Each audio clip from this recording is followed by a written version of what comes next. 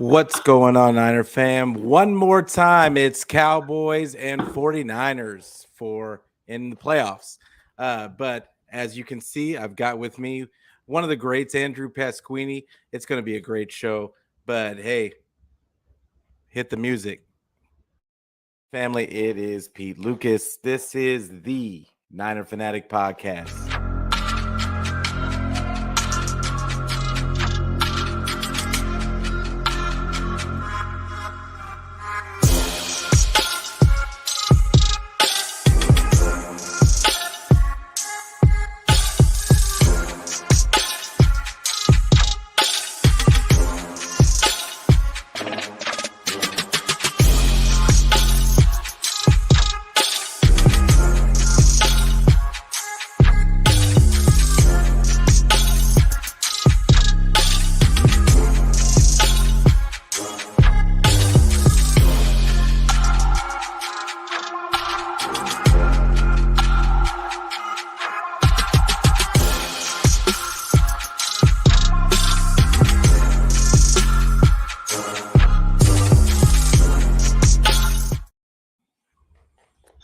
What's going on, y'all? Once again, it is Peter Lucas. I got with me today Andrew Pasquini from Sprint Right Option Podcast. Andrew, appreciate you having you on today. Appreciate you spending some time with me. Why don't you tell everybody where they can find you and find you and your show on the socials? Yeah, my name is Andrew Pasquini. I have a little podcast called the Sprint Right Option Podcast with Jason Aponte. May have heard of him. He's the main reason people watch it. I'm just kind of there for the fun of it. You can find me anywhere on social media. I believe all my social media handles are at Pasquini Andrew, Pasquini, and then Andrew's the conventional. I don't spell it like Andrew Jones or nothing like that, just Andrew. And then anywhere you get your podcast, you can find the Sprint Right Option Podcast. I also do a little bit of writing at NinersNation.com, so go check that out as well. If you're tired of my voice and you just want to read what I think, that's where you can go for that. Right on. And you're using my self-deprecating humor. Oh, and absolutely. I felt like I have it copyrighted, but I guess I'm gonna have to defer to you. But yeah, no, you are absolutely not the lesser half. Like I think you guys do a great job balancing each other out, because Jason is like up here with the energy. It takes that level-headed sound, like that level-headed voice, to balance you guys out. And I think you guys do an awesome job. I love your guys' stuff, and I have read a couple of your things on Niner Nation. You guys do a great job over there, Niner Nation, with all of you, Jason and what's her Steph and Vish, and you guys got all the people over there right now. We got a lot of good names over there. I'm pretty. Yeah. I like the team. It's a very good team. Yeah, for sure. But like I said in the intro, one more time, it is the 49ers and Cowboys in the playoffs. And for all of us old people, this is probably the biggest. This is probably the bigger than any other game, because it's the hated Cowboys. And I'm excited for this game, no matter how. I think it's going to be a great game, just because both teams are stacked with talent. And I think it's all going to come down to the details. But how do you feel about the upcoming matchup? Yeah, as a 30-year-old, I don't necessarily get to claim all those great Niner Cowboy playoff matchups. But I still picture the ideal NFL matchup being the Niners against the Cowboys. I think it's the most historic rivalry in the NFL, the history of the NFL. They don't get to play as much because, both teams never seem to be good at the same time. I think we've gotten very lucky the past 2 years that we've gotten to see the 2020 version of this rivalry. I think this is a very interesting matchup because I think this is easily the second most talented team the Niners have faced this season, save the Kansas City Chiefs. I think that matchups create, or what's the saying? Styles create matchups. I think these two teams are very, very similar in a lot of, at least numbers. Stylistically, obviously, there's some differences between the two, but numbers are roughly the same team. I am so excited for this game because it feels like it's been a while that we've had a Niner game where going into the week, it feels like it was going to be a very good matchup. I feel like the Niners have taken advantage of a very I'm not going to say very easy schedule because we're Niner fans and we just ignore how easy the schedule's been. But it's been Yeah, a very friendly schedule. I'll use that word, make it sound a little nicer. I'm for so sure. excited for this game, man. I think it's going to be, as good old JR once said, it's going to be a slobber knocker on Sunday. Oh, And easily. it's going to be old school fun football. And I'm very curious to see what goes on between the two teams. Yeah, for sure. And of course, first thing first, we got to mention, make sure you hit the like, make sure you hit the subscribe to both channels. Sprint Right Option. I believe you're on it's on Jason's channel, correct? And Yes. then Yeah, Divisional it's Round in TV. the yeah, and then I've got it's in the link for it is in the description. So make sure you hit that. Make sure you hit the bell for the notifications so you know when I go live. And also, I'm also on all audio platform, anywhere where you can get your audio podcast. If you don't like looking at my face, see, there's my self-deprecating humor. There you go. And like anywhere where you just want to hear my voice, it's right there for you. Anywhere where you get your audio podcast. So make sure that you go and do that and tell your friends to tell a friend to tell a friend, and then we can be friends every week. I really appreciate it. Like that. And but we're gonna mention everybody that's in the chat. Hey, like you guys, thank you guys for coming in early.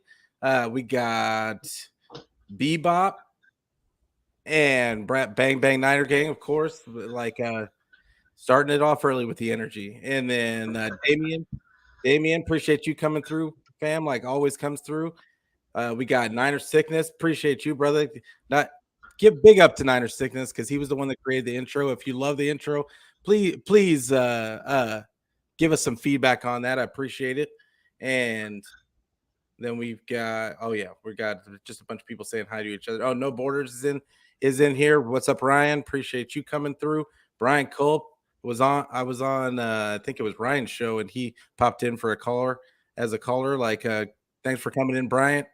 And yeah, let's get to it. The so first question I got for you is the Cowboys. How worried are you about this matchup? We talked about it a little bit, but both of these teams are pretty evenly matched. I would say talent wise. I think the 49ers might have a little bit more firepower on offense. And I mean in firepower overall, but I think that they're easily the most talented team that the raw talent that the Niners have faced. How worried are you about this one? I'm honestly not too worried, and I think that makes me worried. Kind of like the Seahawks game, right? I wasn't too nervous about that game, but within itself, it made me nervous. I'm a firm believer that if the Niners play their style of football, they're better than any team in the NFL. And obviously, Cowboy fans will come at me and say, "Hey, if the Cowboys play their style game, they can beat anybody as well," which is absolutely true. I just think it's more likely on any given Sunday that the Niners come out and play their best game than it is the Cowboys. Nothing against the Cowboys because they have, you mentioned it, almost as much star power on their team as the Niners do. I think it's a little more sporadic. I think their big names lean more the defensive side of the ball. They got a very good defense, something that concerns me a little bit. But overall weakness, I'm really at a point where I think there are only two teams I think would make me worried about a matchup remaining in the playoffs, and that's the Eagles and the Chiefs. Mm-hmm. The Cowboys don't quite make it. I nothing against the Cowboys, and I am a Niner fan, so maybe I do disrespect the Cowboys just a little more naturally because of that. I think there's way more nothing wrong with that at all. But I think obviously there's more concern for them than the Seahawks. Nothing against the Seahawks as well. I'm just not necessarily worried because of just what I've seen from both the Niners offense and defense over these last 10 games, if you want to put it within the Brock Purdy era, the last 6 games. I just have a hard time believing that this Cowboys team, with how much they turn the ball over, specifically Dak Prescott, I have a hard time seeing the Cowboys winning this game. Now, I think the Cowboys could win this in a close game. I think the Niners could win this in a close one as well. I think it's significantly more likely, though, that if we're talking in terms of a blowout, I think it's way more likely the Niners can blow out this Cowboy team than this Cowboy team can blow out this Niners team, if that makes sense. Yeah. Oh, I completely agree. And I think the one thing that I have that's really kind of that not necessarily scared, just like you said, I'm not, it's just I'm cautiously optimistic about it. And it's because I think, I agree with you that there is really nobody that can really stack up with the 49ers talent wise. However, I like every now and then Shanny will get in his own way and think too much about things and try to be the smartest guy in the room. And I think that and love Shanny to death. I guarantee you Purdy is not having this season that he's having, these games that he's had, without Shanny dialing it up for him. And I think Shanny has grown as a coach this season. He's done a lot of things this season that I think have shown his maturity and his growth as being a head coach. But at the same time, there's always the last couple of games he started off like kind of pass heavy and kind of trying to. It feels like he wants to give the reins to Purdy so bad, and he wants to just start airing it out. But I think I get the feeling that he's kind of trying to do that just to set up the run. But I feel like the run is so good. The running game is so good that I don't think it's necessary sometimes. And so that would be the one thing that I'm scared of. And then the other part is that their defensive line, and against our offensive line, Micah Parsons is a beast. They've also got another guy, and I had his name in front of me, and now I lost. Is it Dorrance Armstrong? Yes. Got you. Yeah, and he is. He's done well for this season. Now, with that being said, they're not good against the run. At least on paper.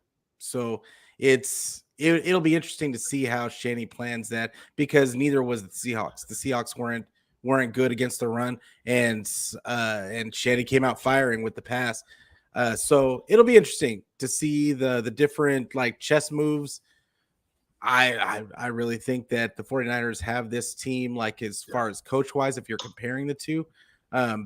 But yeah, it'll be really interesting to see how the chess moves move across the board. Yeah, and you mentioned the difference between the coaches. I think that's easily the biggest mismatch on Sunday.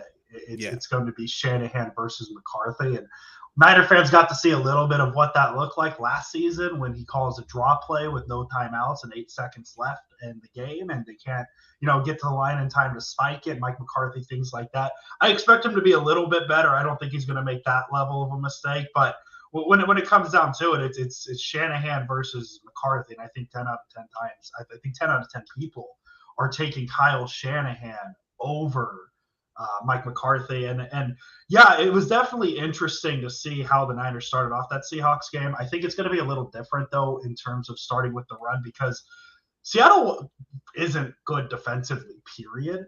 And I think Shanahan was trying to take advantage of that. I don't think you can try and take early advantage of the Cowboys secondary, because they are very good pass defense. I don't want to make this comparison, but this might be Brock Purdy's Jimmy Garoppolo game against the Packers in the divisional round in 20. I'm not saying he's throwing the ball 8 times, but this could be a very run-heavy game from Shanahan, and I think having Purdy helps that quite a bit because of his mobility and what he can do behind the line of scrimmage. So I'm very interested to see how Shanahan – because I sure as hell wasn't expecting Shanahan to open up. What did he do? 2 out of the 3 first throws were deep shots. I don't think he's doing that again. I don't. But then again, I didn't think he was going to do that on Saturday against the Seahawks either. So maybe he does. Yeah, that's what I'm talking about. Is that it's weird. It was a little. It was almost like, because he did something similar in the Arizona game, the game before that, and it just screams to me that he wants to start airing it out with Purdy, but Purdy's still kind of showing those. And I watched the QB School. I don't know if you ever watched QB School. Yes, but he did a great breakdown and showed the maturation of Brock Purdy throughout that game, and he was geeking out on Purdy's learning curve as the game was going on, and I thought that was a cool thing to watch. But so if you guys get a chance, make sure you check out the QB School with JT O'Sullivan, 49er legend. And 49er legend. Gotta mention that every time. Every time. So what's the biggest matchup issue for both teams? And what is the Cowboys' biggest strength or weakness? Yeah, I think the biggest mismatch, at least on the field for these two teams, the Niners' run game against the Cowboys' run defense. I think Yeah. that's easily the biggest on the field mismatch. My big concern, though, for the Niners, and it's probably going to be this way until the season ends or they win a Super Bowl, is the Niners' secondary against any good pass offense, right? And that's what Dallas has. Dallas has those weapons. I know Dak, we talked about the mistakes, but Dak is still a very good quarterback. He has some pretty good weapons. CD Lamb, T.Y. Hilton, guys like that. I know Hilton's an older name, but hey, he's still out there doing his thing. In terms of strengths and weaknesses, I think their two biggest strengths outside of obviously their offensive firepower is pretty simple, not allowing points. They're fifth fewest points per game. They force a lot of turnovers. They have the most turnovers in the NFL. The Niners are second only to them for most turnovers in the league this year. Yeah.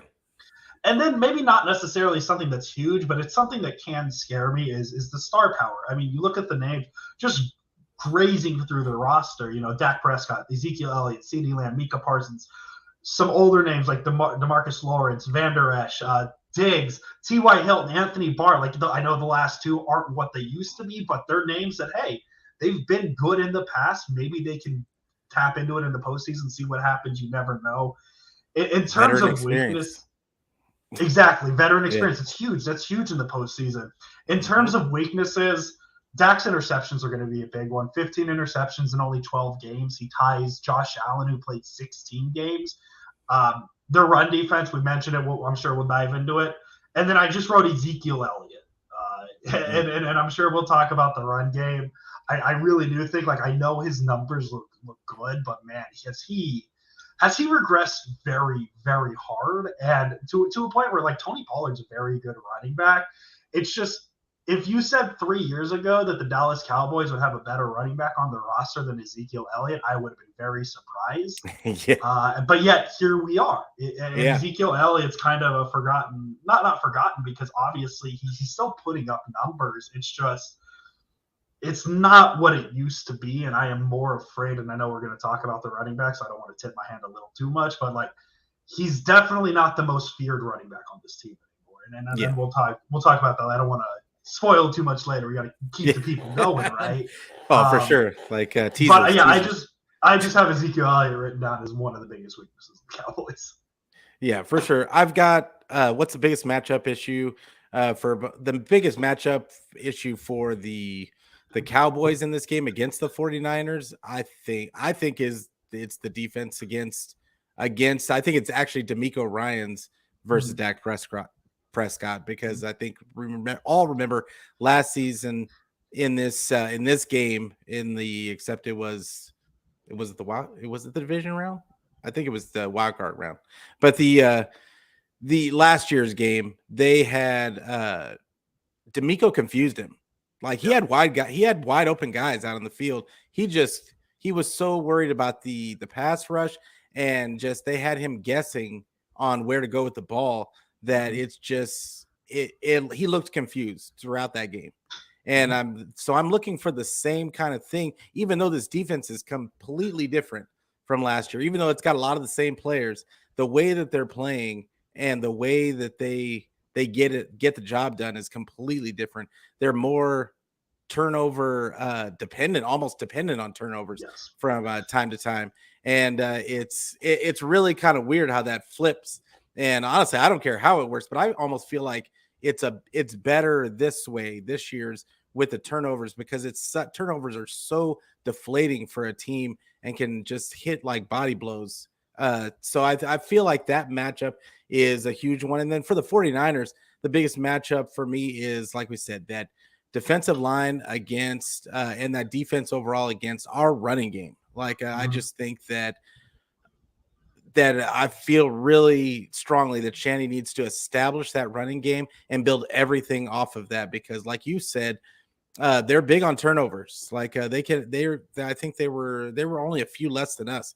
And it's just really important that Shanny now the thing about the running game, and like I said, we're going to get to the running game in a little bit, but the reason why it's such a huge matchup issue for me is because it seems to me like the league hates running teams. When you try to run the ball, it's almost inevitable that you're going to get a holding call.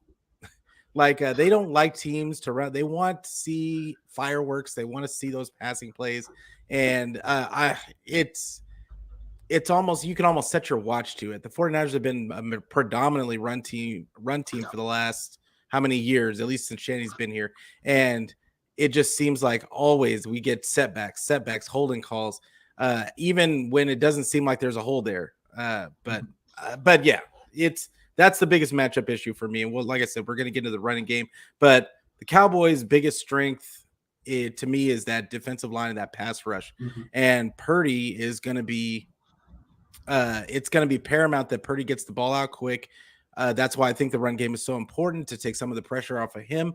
Also, but their biggest weakness is also one of their biggest strengths in Dak. I think their biggest weakness is that they're more of a finesse, like on offense. Even though they've got Ezekiel and they got the two good running backs, I feel like they're almost a finesse offense.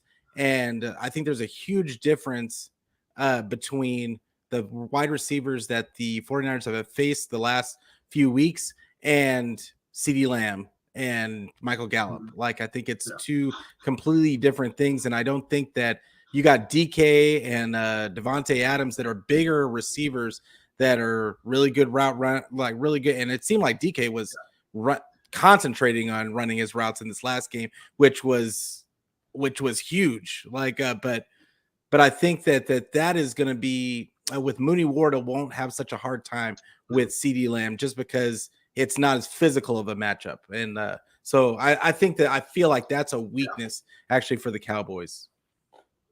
Yeah, and you mentioned too about how D'Amico Ryans confused, Dak Prescott last season. That was with Ambry Thomas, and the Niners aren't running Ambry Thomas out there on Sunday. Respectfully to him, it's just I think I would rather have Mooney Ward and Deommodore Lenoir. Obviously, I think I prefer to have Emmanuel Mosley, but where the Niners secondary is, I think they're fine. I mean, the only reason Seattle was able to move the ball in this secondary is because Charvarius Ward had his worst game of the season. I don't think that's going to happen. I really don't. It took 3 tries for DK Metcalf to have what we would consider a good game against the 49ers. Mm-hmm. I think you make a fantastic point, too, with Lamb being a different type receiver than Metcalf. And obviously, he's not exactly like Tyler Lockett. He leans – if DK Metcalf's on one side, Tyler Lockett's on the other, I think CeeDee Lamb leans closer to what Lockett is. Obviously, not the same style receiver. And Lockett didn't do much against the Niners. Niners usually do pretty good against receivers' possession types. I know Lamb has a little more speed, a little more upside than Lockett, so I'm not saying that's what he is.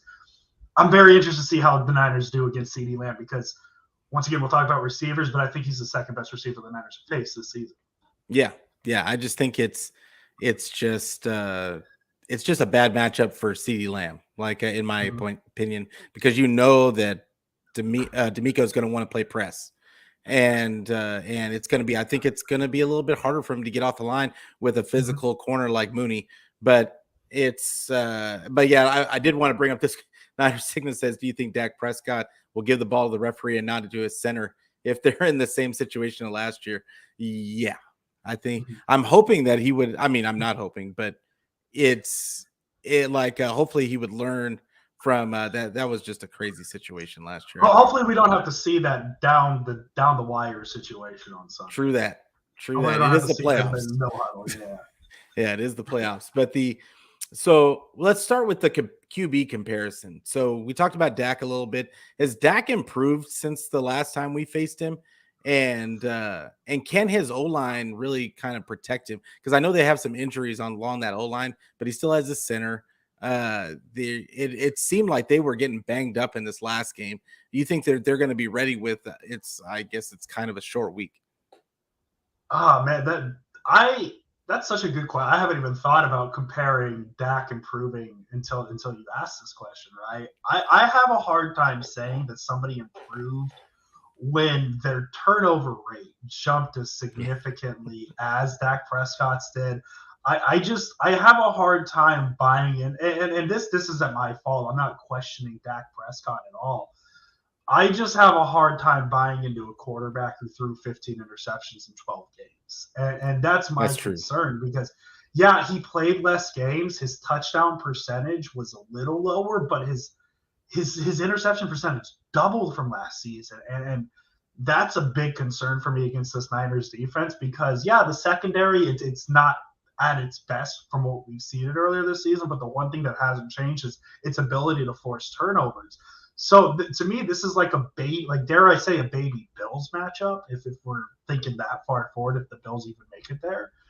But it's a high power offense that threatens the Niners secondary, but so many interceptions that I'm very curious to see which one breaks first. Is it the Niners secondary breaking against CeeDee Lamb and Michael Gallup, or is it Dak breaking and throwing 2-3 interceptions? Because he's had 5 games with 2 interceptions this season, only 3 with 0, and that includes last night. So he has more 2 interceptions. That's not even counting the 1 interception games. He has more 2 interception games than he does 0 interception games, and I don't think that's great, particularly. To me, 1 interception's cool. Like that's fine. Like it happens. You know, we've seen dumb interceptions. I mean, like maybe not the Geno Smith interception against the Niners, but we see interceptions happen. They happen. When you get to 2-3, that's where it's a concern, and Dak has done that. In terms of the offensive line against the Niners defensive line, your guess is as good as mine because I know how good the Niners defensive line is. I know the Cowboys offensive line has had injuries, but they don't give up a ton of sacks. They don't. They've actually have the 5th lowest sack percentage allowed in the league. The Niners have the 15th best sack percentage in the league, and that doesn't sound right. The Niners get a ton of sacks, right? They're not the best at getting sacks. I think what they're really good at is getting pressures, and it's a little different. I personally value pressures a little more than sacks in today's era because I think sacks are cool. You lose yardage, maybe you get a fumble. Pressures are what create turnovers, and that's what the Niners defense has built their identity on. You remember the year the Niners had 2 interceptions, and all they did was address the defensive line, and then the interceptions went up. That's kind of the idea I'm thinking of. So I think if the Niners, they don't have to get to Dak Prescott, as long as they force him to make mistakes, this could be a long day for him.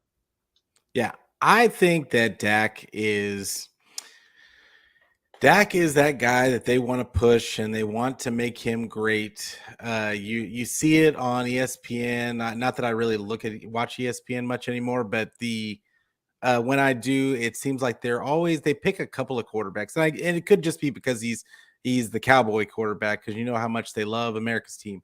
But I feel like he's one of those guys that they want to be great. And he feels the pressure. I feel like he puts pressure on himself to be great and push the ball. They want to call him a gunslinger. I don't think it's a gunslinger mentality. I think that he just feels pressure to make a play but I think he's a dink and dunker at heart.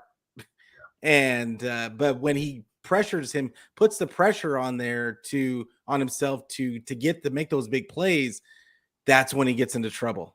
And last night's game was probably the best situation that could have happened to him because there was no pressure at all. Like the Tampa Bay's offense was non-existent. They couldn't run the ball. Brady wasn't having a good day for many reasons, not just because he's 45. And it just came down to, it's easy when you're basically doing a walkthrough all game. If Tampa Bay had taken advantage of some of those times when Dallas didn't get points, it might have been a different game, and you might have seen some turnovers because I feel like that's when you put pressure. And what is the 49ers' biggest strength right now is their unrelenting offense and just score. Whether it's a touchdown or a field goal, they're going to score. Yeah. They're going to get down the field. They're going to get some kind of points. But you saw it in the last game against the Seahawks. Every quarter they scored. There was never a lull of offense. Yeah, they might not get every single drive, but odds are they're going to get points, and you're going to have to keep up. So there's going to be that pressure right away for him to keep up. And I think that but to answer my own question of, do I think he's better? I don't think he's better. I still see the same Dak that's been there since I've seen him come in the league. They just try to put more responsibility on him, and I don't feel he's that type of quarterback. And that's in my opinion. Yeah, But and even too, you mentioned the Tampa Bay game as well, and their inability to force turnovers. They only had 10 interceptions on the season. That's 24th in the league.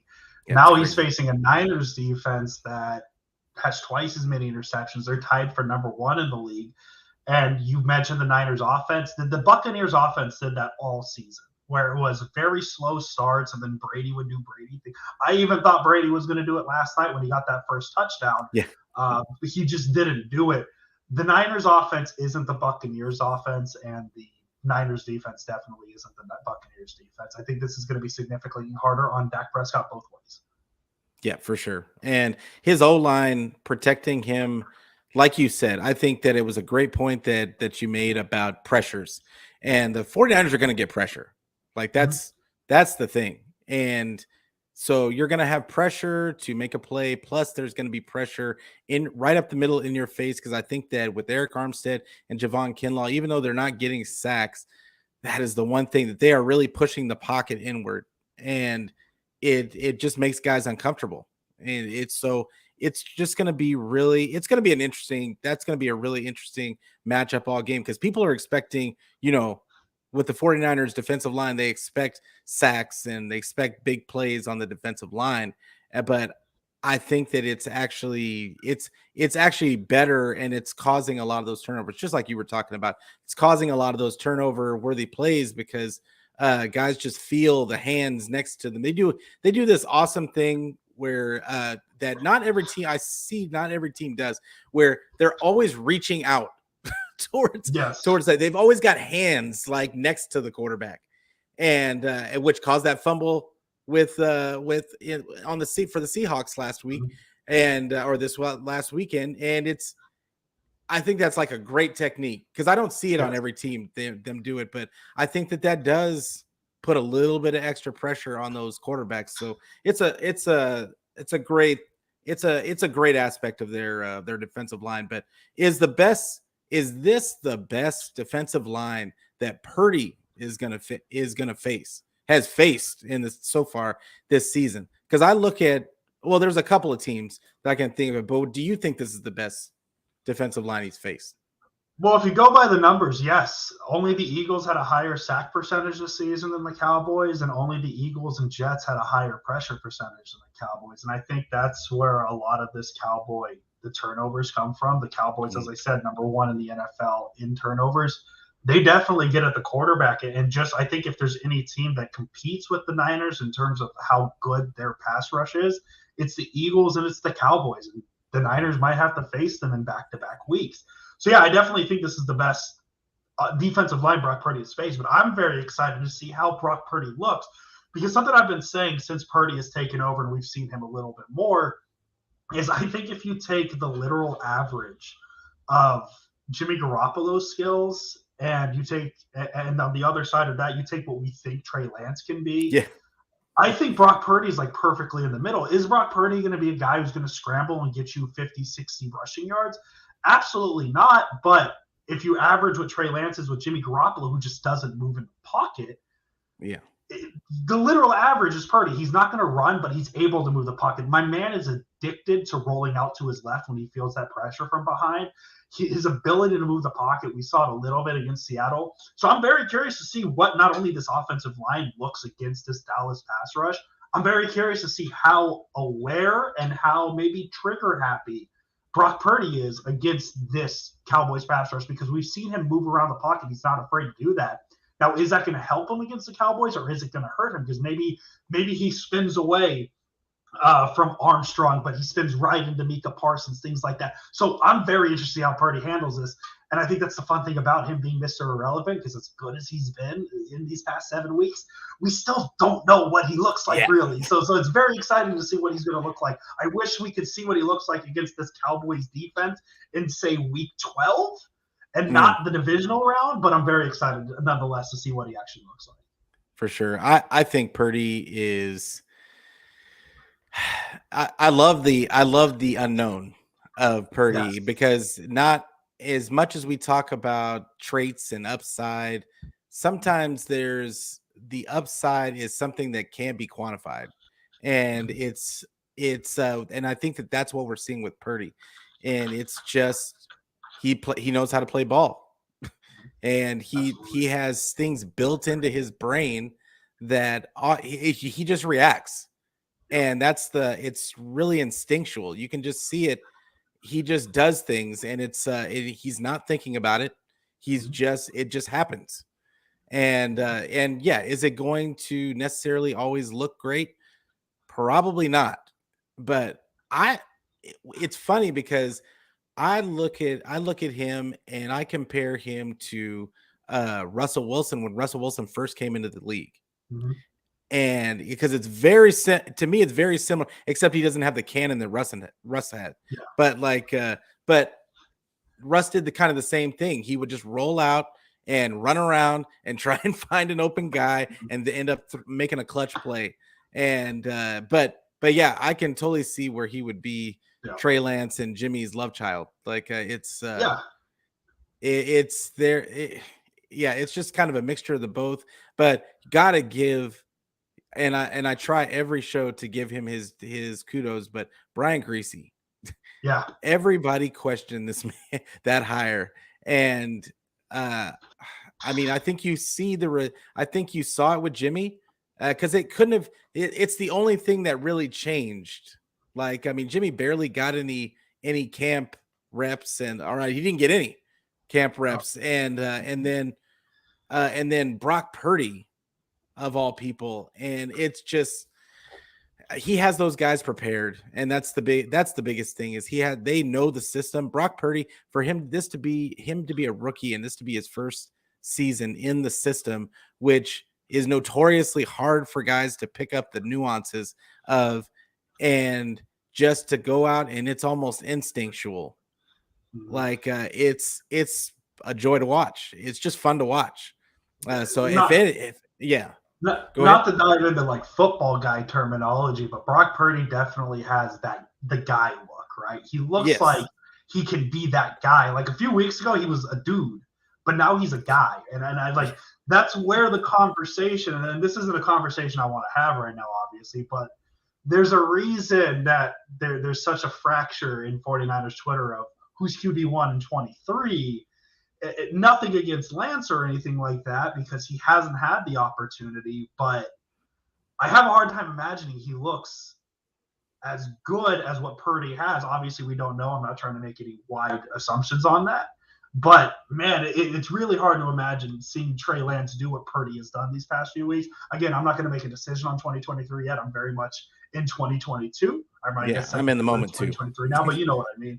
But you see the qualities and the traits Purdy has that all of a sudden this is a conversation, but not worried about it right now. Yeah, I think everybody else wants to talk about it. I'm trying not to because it's because I think it's irrelevant right at this very moment. It's very irrelevant. I just feel like we got to be focused. Like even as fans, we have to be focused and not let everybody else's fans try and take our eyes off of this prize and try to make some kind of nonsense that isn't there. Like, because the reality is the 49ers have a great situation. Absolutely. Like they have two guys on rookie deals. Mm-hmm. It's a very enviable situation. Like, if you told me that we were having a conversation between Trey Lance and Brock Purdy at the start of the season, I would have been like, oh my God, the season went south really fast. If we're talking Brock Purdy in general. But yeah, the Niners have found themselves in a very enviable situation. For sure. Random question. Do you think that the 49ers draft another quarterback at the end of the draft? Yeah, just start throwing them out there and see what you can take. Yeah, I mean, we're at a point where do the Niners even need first round picks? Like they have 17 thirds and 18 fifths coming up in this next draft, and they're going to draft like at least 3 All-Pros with all of them, right? Yeah. What the Niners do, mid round talent. That's all they do. Well, you saw Carthon got poached today by the Titans. Mm-hmm. I love the fact that Adam Adam Peterson, like Adam Peters, that, yeah, like Adam Peters, like he got that he decided to stay, like because I was really worried about that because I really think that he's a big part of those late round picks, and it just always seems he always seems to have his fingerprints on those and but the 49ers just have I think they just have a ridiculous coaching staff right now. They have a ridiculous front office. All the people that were questioning Lynch and questioning Shanny are now kind of, I mean, what are we talking about? There's nothing to Like, question anymore. really. So let's move on to the running backs. We were talking about them a little bit earlier. Which of these two Dallas running backs should the 49ers be more concerned about? Tony Pollard, and it's not even remotely close. Yeah, me too. Ezekiel Elliott, 150 fewer yards compared to last season on 6 less carries. 140 fewer yards than Tony Pollard on 40 more carries. And here's one that I saw earlier, and I confirmed it. Can you tell me Ezekiel Elliott's stat line combined from the last 3 games? If you know it, you know it. But do you know what his last 3 games Somebody just posted it actually in the chat. His last 3 games have been 40 attempts for 74 yards. 1.85 yards per carry. That's not good. That's not even not good. That's horrendous. That's not even TDP status. Saying that's not good is being too nice. Now, if you look at Tony Pollard, on the other hand, there's only 3 times this season where Pollard had more rushing attempts in a game than Ezekiel Elliott. He didn't have the first game where Elliott didn't have more carries was week 11 when they both had the same amount. The first time where Pollard had more attempts was week 12. 8 times this season, Tony Pollard finished with more rushing attempts. So 3 times he finished with more attempts, but 8 times he finished with more yards. Tony Pollard, and I really think, I hate that it comes down to this for Cowboy fans, but Jerry Jones loves Ezekiel Elliott. He loves his star power, and that's why he's getting these carries. Yeah. But my God, could you imagine if Kyle Shanahan was the head coach of the Cowboys? Ezekiel Elliott would have been gone, not gone, but he would have been in the doghouse, and Tony Pollard would be getting majority of these carries. So yeah, I think Tony Pollard is easily the running back the Niners should be more concerned about entering Sunday. Yeah, you say that Shanny that Ezekiel Elliott would be in the doghouse, but who knows, because Shanny loves him a mid running back. I will tell you that. Well, the thing is he takes those mid running backs and he turns them into. I mean, Jeff Wilson 5 years ago was a special teams player, and the Niners traded him for what, a third, a fourth? Shanahan makes running backs. That's all he does. Yeah, for sure.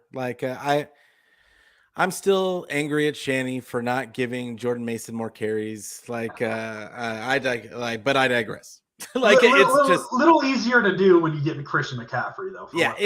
When the trade happened, I was like, oh well, I guess Jordan Mason's not on the docket. Well, hey, he made the cut over Jeff Wilson, so there's that.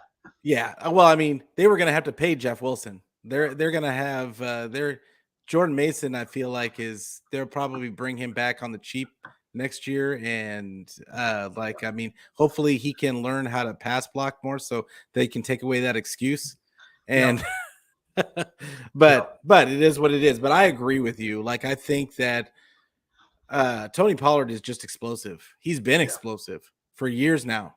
It's been a couple of years. He's and I've always felt like he was the better of the 2 backs. He's a better receiver. Now, granted, the one area where Ezekiel trumps him at is pass blocking. Yes. And that's, I feel like that is more than anything what has kept Tony Pollard off the field. And so I think that's going to still be an issue in this game because of the way that D'Amico likes to run his stunts and the random blitzes. And I think that Ezekiel's going to get his time out there because out of necessity, they've got to keep Dak clean. So I think that, but Tony Pollard is definitely going to be a part of the game plan. I don't think there's any running back. We still haven't given up a 70-yard rusher yet. Mm-hmm. And I think Which the is offense, you can think, man. That's insane. yeah, it's a crazy stat. Like, I don't know if it's ever, I haven't even delved into if it's ever happened before, but Well, I remember back with the Harbaugh defenses, we used to talk about week 15, week 16 not allowing a 100-yard rusher, and yeah, that was like a big deal. So that's crazy that 70 is the line now. yeah, it's just nuts. But yeah, I think Tony Pollard is definitely the more explosive of the two. If he gets out in the open field, it could be a problem. Yes. And I think that's where involving him in the pass game comes into play. But let's see how they scheme it up, because I will say that I don't think they use Tony Pollard like they should No. in my opinion. But And it definitely feels like a Jerry Jones has his hand in the pot type thing. a little bit, just a little bit. But do the 49ers use the same game plan they did against Seattle, or do we see more carries in this one and I think you mentioned it earlier, but you want to delve into that a little bit, like, and see, do you think that they're going to get we're going to see more of the running game more so than the passing? Yeah, I definitely think we will. As I said, I don't think it's going to be to the level, but I could definitely see this being Purdy's divisional round against the Packers where Garoppolo had 8 pass attempts. I don't think he's going to be that low, because I do think what they might do as well is really do an extension of the run game, get a lot of jet sweeps, a lot of screens, kind of the basics of what the Niners offense has been the past few years, because I mean, that's where they really excel. If they can get the blocking set up for Deebo Samuel, for Christian McCaffrey, whether it's in the run game or in the screen game or type things like that, I think they could really gash this Cowboys defense. The run game is going to be interesting because you have 3 running backs. I'm going to throw Jordan Mason in there out of respect for UP. But, Elijah Mitchell, you have Jordan Mason, you have Christian McCaffrey. The Niners have options. They have Deebo Samuel as well, right? So the Niners have plenty of exotic run looks. I wouldn't be surprised if we see some weird things as well out of the run game to just try and get as many advantages. Kind of what Seattle was doing, right? Because it felt like Seattle was gashing the Niners all game in the run, but they really weren't. It's just they were getting 5 yards an attempt because of the unique wildcat. I think they had a play where Geno Smith lined up under the guard and the ball went straight. I could see the Niners pulling weird things like out like that, because if the Seahawks can do it decently against the Niners, imagine what the Niners can do against Cowboys defense that doesn't stop the run. So exactly. I'm very interested to see the unique run looks we get. Maybe, dare I say, maybe we get Trent Williams running across the line, going in motion type deal again, like we saw last year against Dallas, things like that. I could see him getting very creative to gash this defense, because I think, as I said, I think the reason Shanahan went pass heavy is Seattle, like, they kind of stink at both pass and run defense. It was kind of a pick your poison. I think this one is very straightforward. It's very straightforward. See, Dallas is pretty good against the pass. They're very bad against the run. I think Shanahan's going to take a big advantage of that. Yeah, I agree. I'm at least I'm hopeful of that you're right. I think that Shanny may have to because this is the thing. We're assuming that the Giants get beat by the Eagles, and assuming that we get past the Cowboys. The Eagles aren't really good against the run either. And they're a little bit better than the Cowboys, but they're not much better. And I think that what could come into play is that once again, I'm trying to delve into the mind of Shanahan. That's always a dangerous place to go. And he's but I feel like there's always the chance that Shanny could try and save some stuff for the next game, when this should be like you just empty the cupboard, you just empty the clip and and pull out your plays, and let's just do what we need to do to get through this game and worry about that in the next game. That would be my mentality. But Shanny just has this thing about being very vanilla sometimes and not wanting to show all of his cards. It just worries me that he won't just take the obvious win and just go ahead and overpower them, because like I said before, I still think that they're more of a finesse team. I want to see them run right at Micah Parsons and wear him down to take away some of the pass rushing and tire him out, because they did that last year. They did that last year. I thought it made a big difference. Micah Parsons was non-existent for much of that game.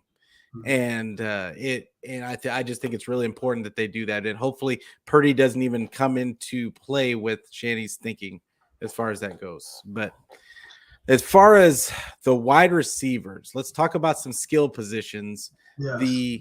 So we talked about CeeDee Lamb a little bit earlier. Is he as good as DK Metcalf or Devontae Adams?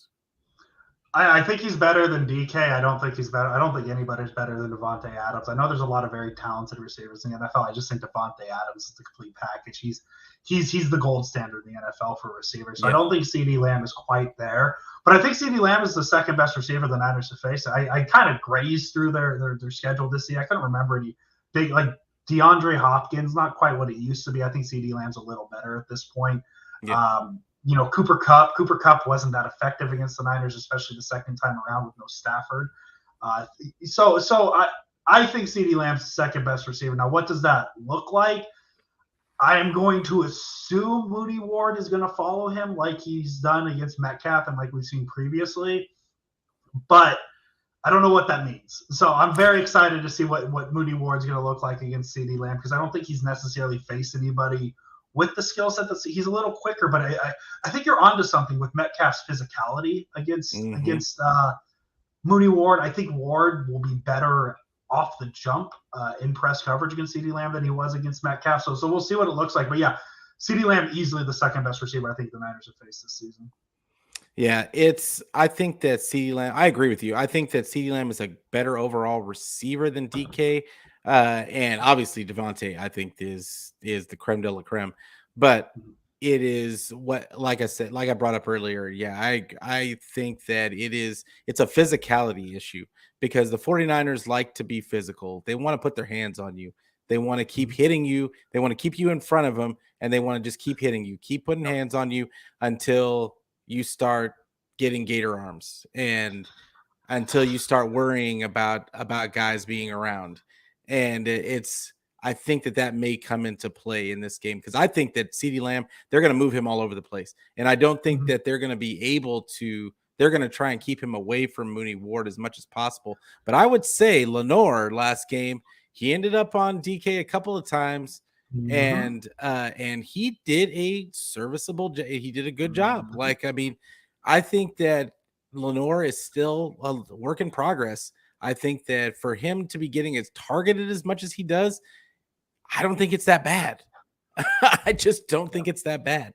And I'm pretty confident that these guys are going to keep the big plays to a minimum. And I don't think that we're going to, and I just don't think, I think like seeing Hufanga not let, you don't see him flying around everywhere anymore, but we didn't even hear his name in pretty much in the last game. But it wasn't necessarily a bad thing because there was no big plays, because he was being too aggressive. I still want his aggression. I still miss his aggression from time to time, but I think in the playoffs, it's really important for him just to not let busted coverages go. Yeah, and I think too, obviously a big conversation in the offseason was Tart versus Hufanga. And obviously I think Hufanga has the better ball skills, but that was something that Tart was really good at, was he never really allowed the big play. And if the Niners could figure out a way to get Hufanga to be able to prevent the big plays while keeping the interceptions up, that's obviously best case scenario. But I think what you're seeing, maybe why the interception, I mean, obviously he's given up quite a few touchdowns the past few weeks, but maybe the interception numbers have dropped because they're trying to make sure he stays in the right position, things like that. So we'll see what he looks like. I am actually low-key predicting an interception for him. I think he's going to have a play where he's going to have a chance to get a little aggressive, and Prescott's going to be a little loosey-goosey with the ball as he's been this season. I think this could be the game that Hufanga snaps that interception streak. I'm a firm believer that it's going to be another Gibson interception. Him too. I just think that let's just get one for every secondary member. Yeah, exactly. Five I just want at least two, and I'm calling for a forced fumble for somebody. I think Hufanga might get the forced fumble. Okay, I like that. I like that idea. But Is Debo going to be the focal point in this game, or does it all depend on Brock's reads, like Ayuk versus Diggs and all that? I've officially given up on trying to predict who the focal point Yeah, is in the offense at this point. there is no such There's been thing. It was a trick exactly, question. exactly, yeah. There really is no. I think in an ideal world, I think, man, I think McCaffrey has really slid into that offensive weapon one spot if we're using that because of how he's been used versus Debo Samuel. I think he offers a little more versatility. I think this is a take that might. I think he might be a better receiver than Debo Samuel as well, but I don't Oh, know if I I'm think going he is. to. I think he I is. don't know if I'll commit to that That's yet. not a hot take. Yeah, so I could see Debo Samuel be used heavily, but it just really comes to what the looks are. And I think that's kind of the fun thing about this offense is, yeah, man, Kittle didn't do much last week, and Ayuk didn't have his biggest game. He had 3 receptions for 60 yards. Maybe this week it's flipped where Kittle and Ayuk have the big game and Samuel Mm-hmm. and McCaffrey. And I think that's the beauty of this offense because it can – I mean, if you even want to throw Juwan Jennings in there as well, right? There's 5 players. 2 of them are at least are going to cook you. It's just which 2, right? And that's the scary Exactly. thing about this offense. So I could see Debo Samuel being a focal point because he always seems to find a way because he always has that one 60-yard reception or 50-yard run where he really skews his yards per attempt or his yards per reception. Yeah. I think in terms of the run game, I think McCaffrey is going to be the one used heaviest, and Debo's going to be the relief guy, which is I think the biggest reason they acquired McCaffrey. But yeah, I'm just officially giving up on predicting who's going to get the most touches in this offense because I'll say yeah, Debo Samuel, he's going to get 20 touches, no problem, and then this will be the week where Kyle Shanahan's like, nope. We haven't used Danny Gray all season, specifically for the Cowboys in the divisional round. So we'll see what it looks like. I'm not going to make any grandstanding predictions out of that. I appreciate the thought of, hey, maybe Debo it'll be his game, but we're going to find out Sunday. If the only thing that I can't predict is who is going to be the one to break out, it's a great problem to have. Yeah, and I mean, there's just so many weapons on this team, and that is the beauty. Is that and that was another thing that I took away when watching the QB school today was that there's guys open like all over the field, and the defense. It's really hard. Now, granted, Seattle is not a textbook defense to watch, but what I would say is that they're the way that they run plays, the same play out of different formations, and then different plays out of the same formation. It's just got to be maddening for defenses, and to keep the discipline, keep their eyes on where they're supposed to be. And of course, Debo's over here. Man, they've got to be going to Debo on this. But wait a minute, Ayuk is right over here, and then I got Kittle on a sluggo. Like I can't. Like who do I cover? In all these, it's just too much. It's too much. Not to make it a basketball reference, but like this offense is operating with 4 Stephen Currys, right? They all demand space, they all demand attention. But at any given point, it honestly doesn't matter what you do. Stephen Curry can go off for 45 at any point. You have to pay attention to McCaffrey. You have to pay attention to Samuel. You have to pay attention to Ayuk and Kittle. And if you have to pay attention to 4 people at one time, somebody's not getting paid attention to. And odds are it's one of those 4, and all of them can go off for big games at any point. So, I mean, this offense is so scary, man. And the fact that so much fun. And the fact that, like, it took the last pick in the draft to make it feel like it's been tied all together. This is such a stupid season, man. What a dumb season the Niners have had, and the fact that they're still here it's unbelievable. Yeah, it is really crazy because it's like you can't even dunk on the people that you told that the Niners were going to have a good season because you said it was going to be with Lance. and and then Exactly. Jimmy comes in and like, oh, but Jimmy's still winning. So you're just But like, you like can't not even. only is Jimmy winning, but he's winning as the best version of himself because Yes. Jimmy had his best season as a Niner. Yeah, and I mean he's playing well, and then he goes down. And you're like, oh well, it's got to be over now. Like Purdy like is not ready, and then Purdy comes in, and who would have thought? Who would have thought that? And it makes me wonder. It makes me wonder that if the 49ers had these weapons, what would Nick Mullins have been with these weapons? Oh, It's see, a that's not stupid. where my brain goes to because my brain goes to this off season and Yeah. some names that might be available that the Niners may or may not be interested in, and thinking of Oh, what those names could look like. But as I said, this isn't a conversation for today.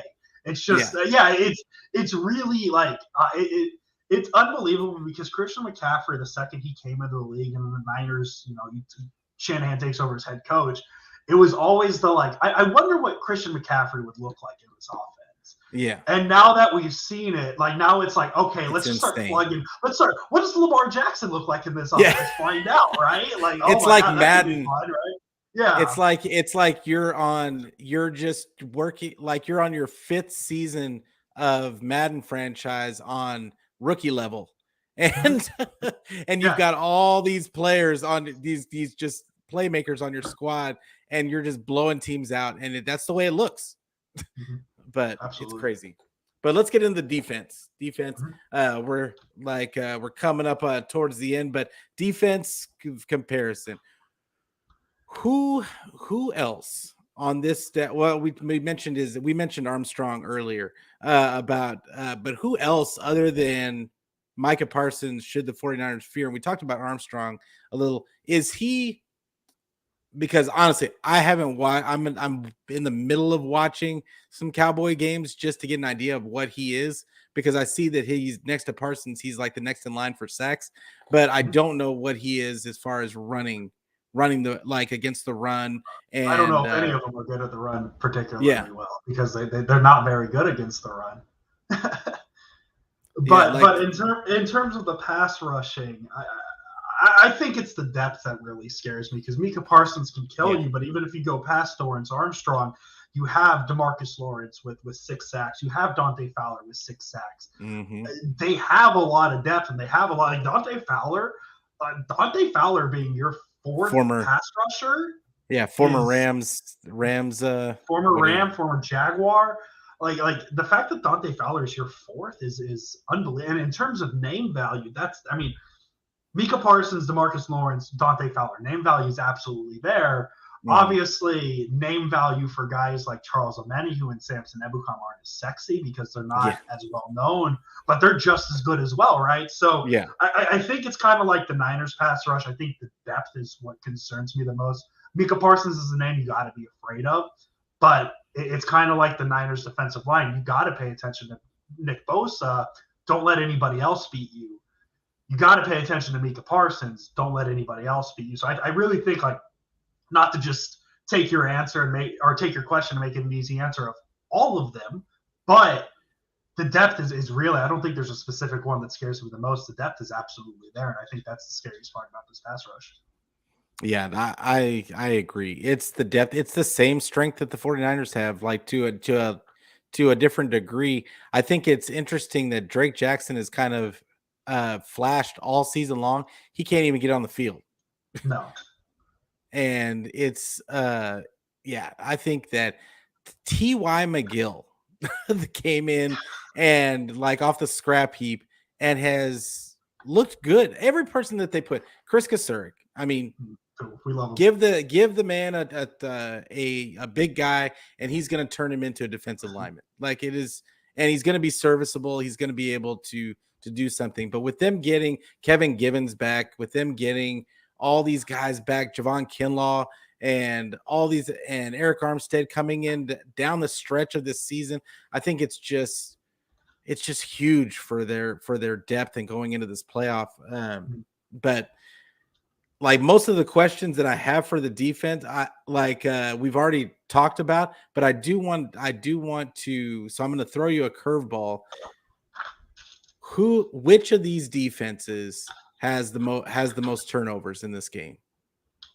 Oh, I'd be more prone. It's not necessarily because of the defense. I would say the Cowboys or the Niners force more turnovers, just because of who's on the other side of the ball. Dak Prescott's really struggled. We mentioned the turnovers.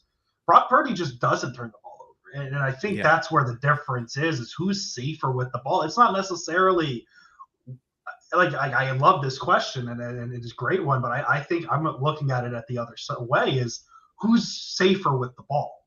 Yeah. And I think the Niners are safer with the ball, so I think that's going to turn this into a Cowboys probably force less turnovers than the Niners defense. Wow, that's a good question. This is what I love about this stuff, right? Because everybody has different perspectives. I hadn't even thought about the turnover battle like that, but I definitely think in terms of what the offenses are, I think the Cowboys are way more prone to turn the ball over than the Niners offense. For sure, and I completely agree with you. And the more you're talking about it, it makes me think of the whole Purdy and Dak aspect. And Purdy is almost the anti-Dak. Like the more I think about it, just because he's cool, calm, collected, the pressure doesn't seem to really get to him because he's not supposed to be here. And he's not supposed to be. There's nobody pushing him to be the next big thing.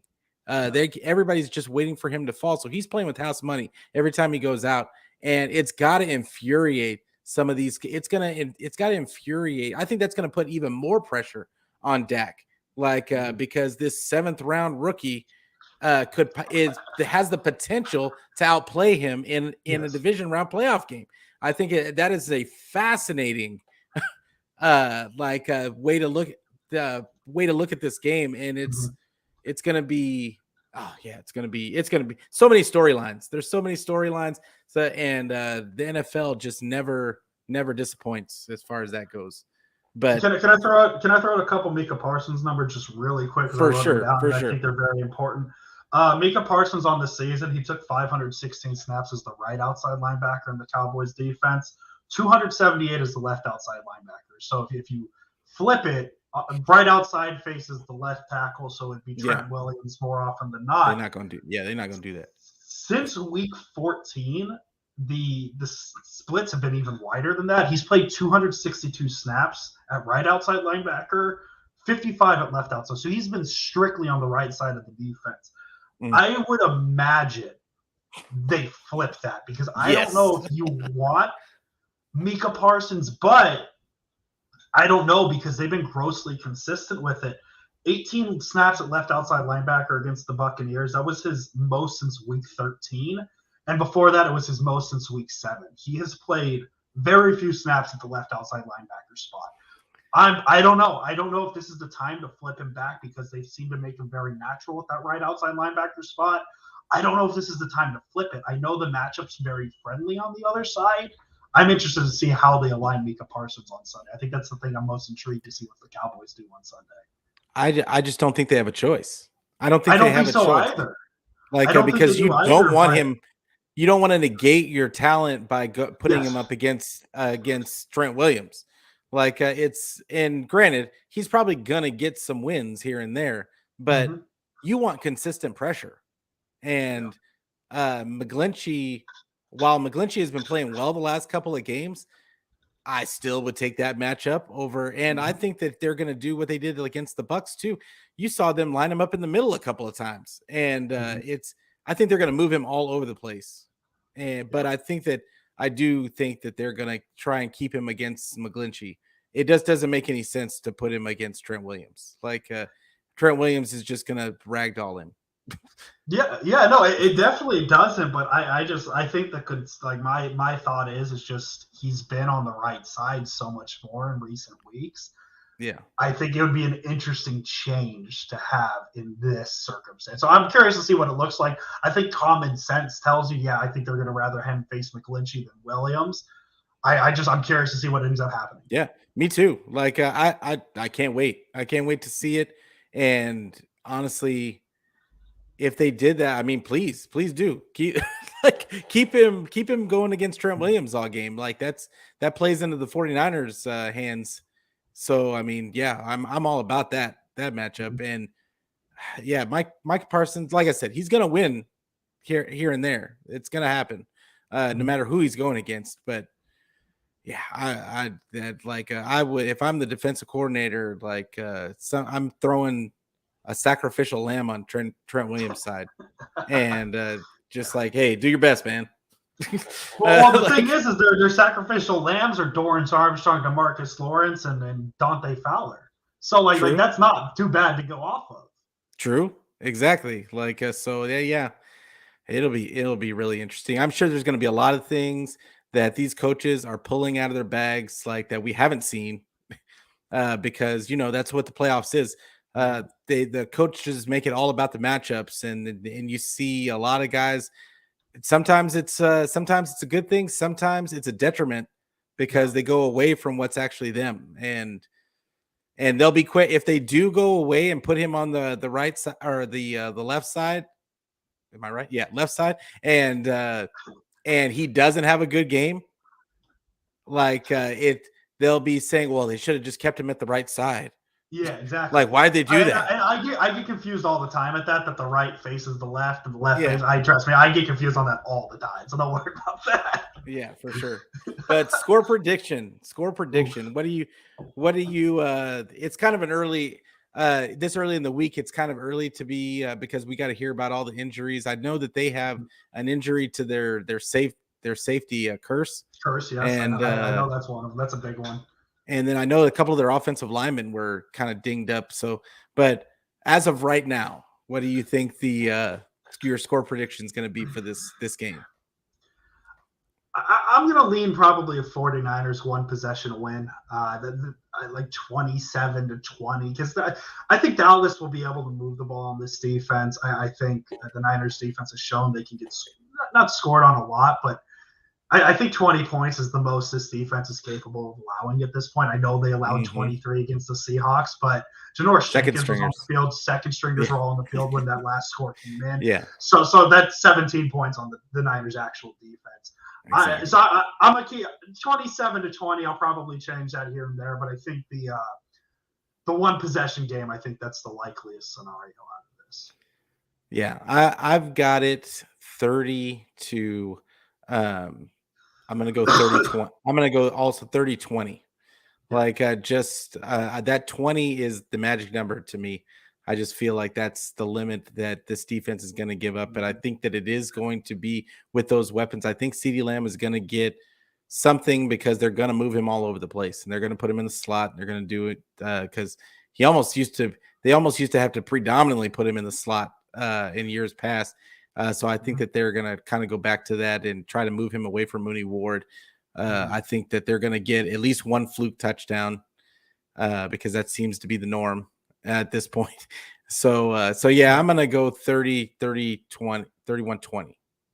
Yeah, I think odds are too CeeDee Lamb's going to have a better game than his one reception for 21 yards last year. Yeah. I'm also very confused. I'm looking at Football References. That is way off topic. He had one reception for 21 yards against the Niners, but his longest reception was 10. How does that make sense? I'm very confused how that makes sense. Okay, I'm not going to argue it. Football. Whatever. I don't know how that works if you have 21 yards on one reception. How's his longest? Football Reference sometimes is kind of confusing the way that they compile their statistics, because it seems like their rankings are always a little bit different than everybody else's. I don't know why that is. It's definitely different than PFF's. I love PFR for like basic stats and like their database to search. That's how I am. Yeah, their advanced stats I'm a little hit or miss on. I'm going to see if I can. You're watching how easily I go into a rabbit hole in my brain, because now I'm going to ESPN's box score and seeing if they have the same, because that just doesn't make sense in my brain. Yeah, let's see here. CeeDee Lamb, one reception for 21 yards. His long was 11. I don't know how that. I'm going to watch this game now, because I'm very confused how this works. I mean, are they talking about like yards after the catch? Maybe. No, it's just his long reception. I'm very confused by that. We're solving this now. I'm literally opening the play-by-play for the Cowboys. That's just weird, but Yeah, I like. Yeah, that is weird. Now I'm gonna have to look it up after the show. Oh yeah, but I totally ended this on a totally tangent, but for sure. interesting. But hey, I really appreciate you coming on, Andrew. It was a great show. Like I had a great time talking about this matchup. It is great to have a fellow football. Like I mean, you seem to go down similar rabbit holes that I go down. I think of Oh yeah. something and then I just start unraveling the yarn ball, and it's just and I'll be on it for like the same thing for like hours. But why don't you tell everybody one more time where they can get your stuff and where they can find you on the socials? Yeah, you can find me at Pasquini Andrew on Twitter. You can find the Sprint Right Option podcast anywhere you get your podcasts. You can go to Jason Aponte's YouTube channel and find that as well. And I think I solved the mystery. He had a reception for 10 yards. You ready for this?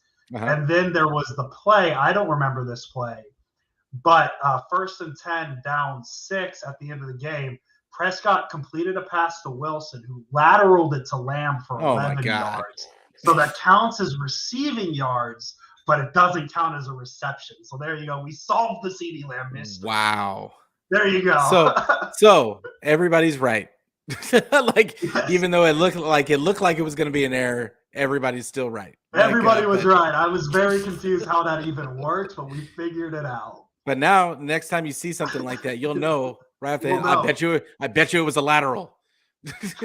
That's weird. That's so weird. I saw that. Wow. Okay. Appreciate it. But no, anyways, yeah. You can find me on Twitter, Pasquini Andrew. And as I said, Jason Aponte's YouTube channel is where we stream live, wherever you get your podcasts, Sprint Right Option Podcast, Apple, Spotify, we're on Amazon, all that fun stuff. You can find us there. Yeah, like man, their stuff is so good. You gotta check them out. Great chemistry between the two of you. Great show. It's always a good show. And but one more time, you can find my show on YouTube, Facebook, Twitter. You can find me on Twitter at PeterLucas8. You can also find the show anywhere where you can get your audio podcasts. So even if you don't want to look at my beard, just please go in and listen to it on the audio version, and make sure that you hit the subscribe button, hit the like button, make sure you get the bells for that, because you never know who I'm gonna have next week. I'm gonna keep begging people and bugging people to get the best content that I can for you guys. But like I said, appreciate you coming on, Andrew, and we're gonna end this hey, everybody, enjoy this game. This is gonna be a great game. It's going to be a great game. Make sure you tune in. Make sure you enjoy the game. Root on your team to lose your voice. I can't lose my voice, but you lose your voice. And but once again, we're going to leave it off with a Go Niners. Go Niners. We love it.